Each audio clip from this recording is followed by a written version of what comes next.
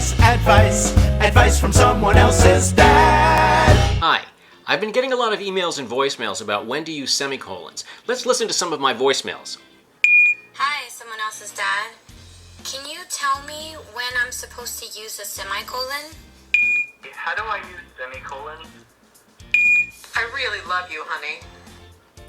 Sorry. So when do you use semicolons? Semicolons are just stylistic. No one's ever going to arrest you if you don't want to use a semicolon. There are other ways around it. A semicolon simply replaces a period and a new sentence.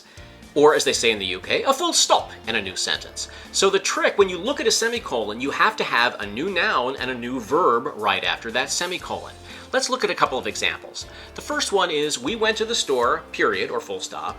David bought milk. That's perfectly fine because we have two sentences, each with its own noun and verb.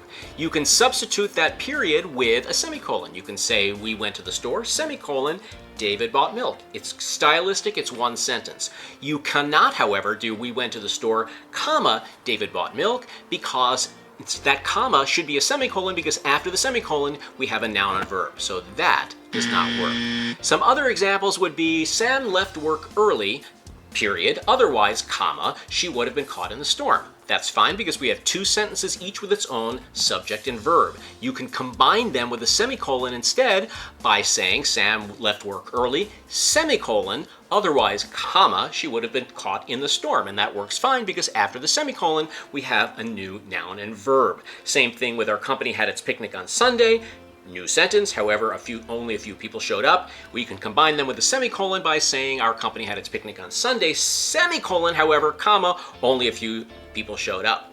Finally, we have another example. We finished the project on time, therefore we got the weekend off, can be changed from two sentences to a semicolon and make it one sentence the same way we did before.